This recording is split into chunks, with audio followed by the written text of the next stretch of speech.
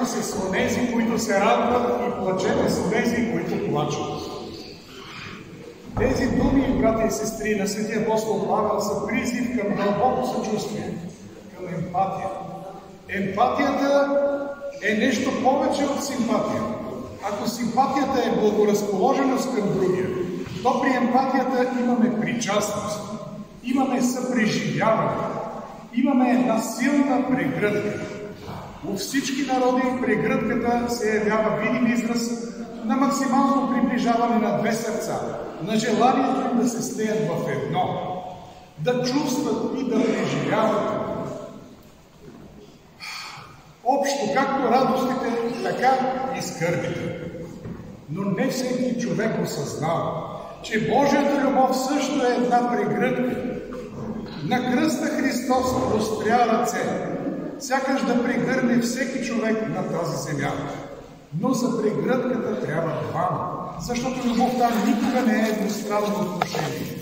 Пълното Божие себеотдаване изисква нашето пълно себеотдаване. Христовият кръст изисква нашия кръст. А разпъвайки своето его на кръста, ние прегръщаме Христос. По този начин ние обичаме Бога, когато разпъваме егото си. Такава любов плаши дребните души. Те винаги пресмятат ползите и щетите, искат небесни блага, но без да се лишават от земните наслади и винаги пропускат истинския живот. Нека чуят един великан, свети апостол Павел, който заявява: разпънах се с Христос и вече не аз живея, а Христос живее в мене. А дето живея сега в плът, живея с вярата в Божия Син, който ме обикна и отдаде живота си за мене. Христос живее в мене. Това е най-великото заявление, което може да направи един човек. Това е целта на човешкия живот. Единението с Бога. Но тази цел постигаме само чрез кръст. И то какъв кръст? Не самотен, не отделен от Христа, а кръст с Христа, като на благоразумния разбойник, разпънат от дясно на Спасителя. Неговото благоразумие се състоеше в емпатията.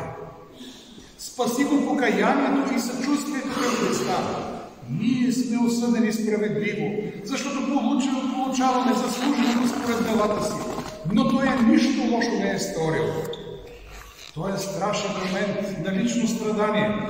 Разбойникът не мислеше за себе си, а съедини в душата си със страдащия Бог човек.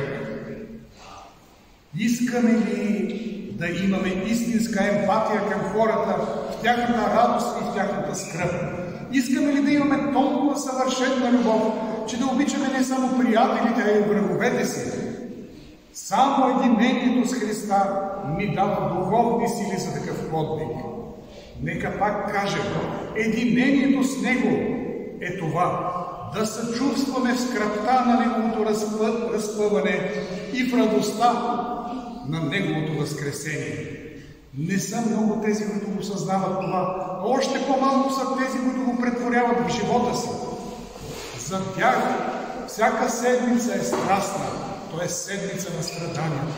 Всяка сряда и петък са дни на особена скръб за такива хора. В православното предание дните сряда и петък се свързват с важни събития от живота на Христос. Предателството на Юда в сряда и разпъването на Спасителя в петък. Ежеседмичният пост в тези дни е много древна традиция на църквата. Един от най-ранните паметници на светоотеческата литература, Дидахи, т.е. учението на Господа чрез 12-те апостоли за езичниците, който е датиран от началото на II век, споменава поста в сряда и петък като задължителен за християните. А в 69-то правило от правилата на светите апостоли се казва: ако някой епископ или презвитер, или дякон, или иподякон, или четец, или певец не пости в светата 40-ница преди Пасха, или в сряда или в петък, освен поради препятствия от телесна немощ, да бъде низвергнат. Ако пък е мирянин, да бъде отлъчен. Тази строгост не трябва да ни изненадва, защото постът в тези дни има важно духовно значение. Преподобните Пахомий Велики и Серафим Саровски наричат непостещите юди предали Христа, защото в сряда Господ беше предаден. И римски войници, които го разпнали, защото в петък той беше разпнал. Тези дни са траурни за всеки християнин и без да преминем през тяхната скръб, постейки, не можем да стигнем до духовната радост на неделята, светлия ден на Възкресението, първия ден на седмицата, който се явява 8-ми ден и символизира вечността. Богословът Йоанис Панагополос пише: в празника преживяваме същото спасително събитие, което са преживяли и първите негови свидетели. Сами се превръщаме в съвременници и свидетели. С Христос се разпва и преходното време, цикличното или линейното време. И вярващите вече живеят в пълнотата на времето, в срещата на времената. Постещият в сряда и петък се съразпва с Христос и в единението си с Него надмогва преходното време. Преподобни Юстин Попович казва: на светите празници, особено на Велики петък, на Светата Пасха и на други, времето придобива в себе си съдържанието на вечността, защото тогава Господ излива особена благодат върху времето. В разрамките на времето се излива божествено, безсмъртно съдържание, благодат. По този начин времето се изкупва и придобива своя вечен смисъл и същност. Причастявайки се достойно, брати и сестри, изкупваш времето, християнин, заживява още тук, на тази земя, в пълнотата на времето, в живот вечен. За него е валидно Христовото обещание: той няма да дойде на съд, но е преминал от смъртта в живота.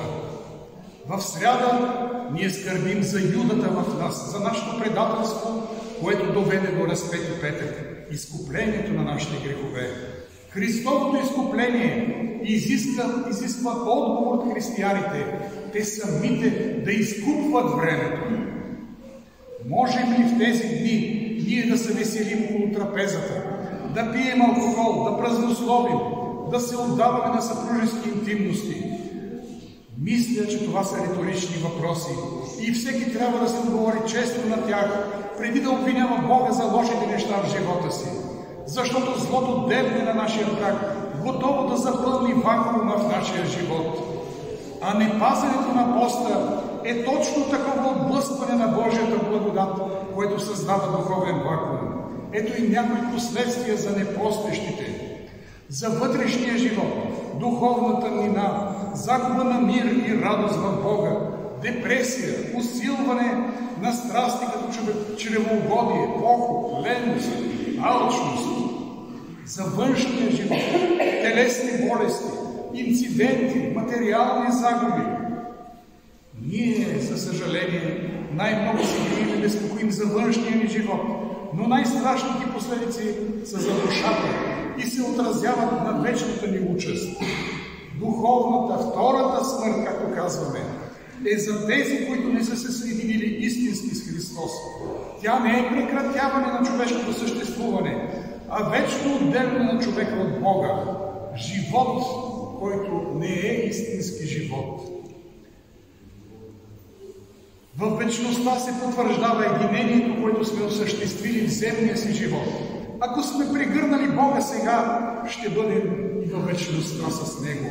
Ако не сме се съединили с Него реално в този свят, а само на думи или умствено, т.е. като някаква симпатия, раят ще остане за нас само илюзия. Ще си останем с капчиците добро и мимолетните наслади, които сме преживели тук, на земята. но огненото жупелно езеро е място без капчица благодат, вечна нощ. Хората, които ще бъдат хвърлени в него, ще молят да се прекрати тяхното съществуване, но това ще е невъзможно. Човешката душа е неунищожима.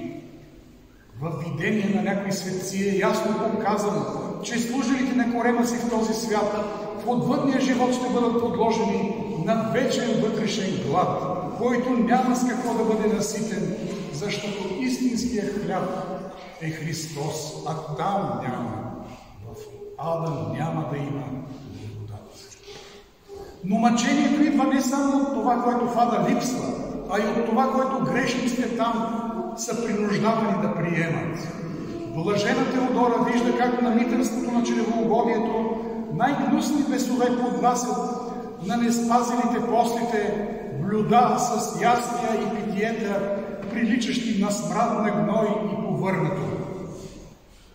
Като свещеник аз съм длъжен да предупредя, че ако тук не постим, това, което сега звучи като нереален филм на ужасите, след смъртта ни може да се превърне в ужасна реалност. В една своя проповед схиигумен Сава Остапенко казва: много хора нарушават поста, защото се страхуват да не загубят здравето си. Те забравят, че здраве ни дава не месото, а Бог.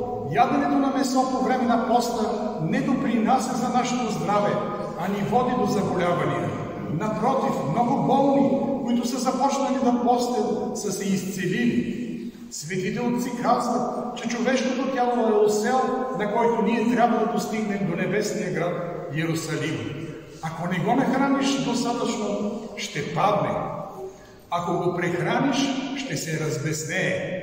Следователно, човек винаги трябва да се придържа към златната среда по отношение на поста, да следва царският път. И схиигумен Сава дава една история в своята проповед.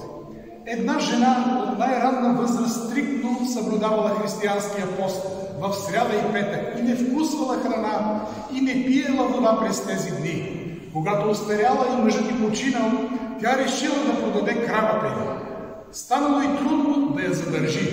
Занесла я на пазара и я продала. Прибирайки се късно вкъщи, спряла в съседното село да пренощува. Хазяйка я разпитали откъде идва и за колко е продала кравата си. Тогава им дошъл зъл помисъл да убият старицата и да й вземат парите. Настанала нощта, те били готови да се захванат за делото, когато изведнъж се почукало на прозореца и хазяйнът се втурнал. Кой е там? Видял двама млади мъже да стоят и да изискват. Отвори вратата, пусни майка ни да излезе. Никаква майка няма тук. Пусни я веднага, казали те отново, и то много строго. Бабо, излез, не искаме да ти причинят зло. Тогава се наложило хазяите да пуснат старицата. Младежите я хванали за ръка и я отвели в селото право в дома и казвали: знай, че в онази къща искаха да те убият и да ти вземат парите. Остани си с Бога. Старицата паднала в нозете им. Кажете, синчетата ми, как се казвате? Ще се моля на Бога за вас. Единият казал: името ми е Петък, а другият: името ми е Сряда. Господ изпратил два от своите ангели и те спасили старицата. Така нито едно добро дело не бива забравено от Бога и дори и в този живот то принася награда на човека. Накрая, брати и сестри, нека си припомним чудесните обещания от 90-ти псалом. Този, който не само на думи, а действително живее под покрива на Всевишния и пребъдва под сянката на Всемогъщия, Бог ще спаси от капана на ловеца и от смъртоносна напаст и ще го въведе в небесното си царство, защото Той ще заповяда на ангелите си за тебе, да те пазят по твоите пътища. А имената на тези ангели са Сряда и Петък. Амин. Амин. Слава Богу.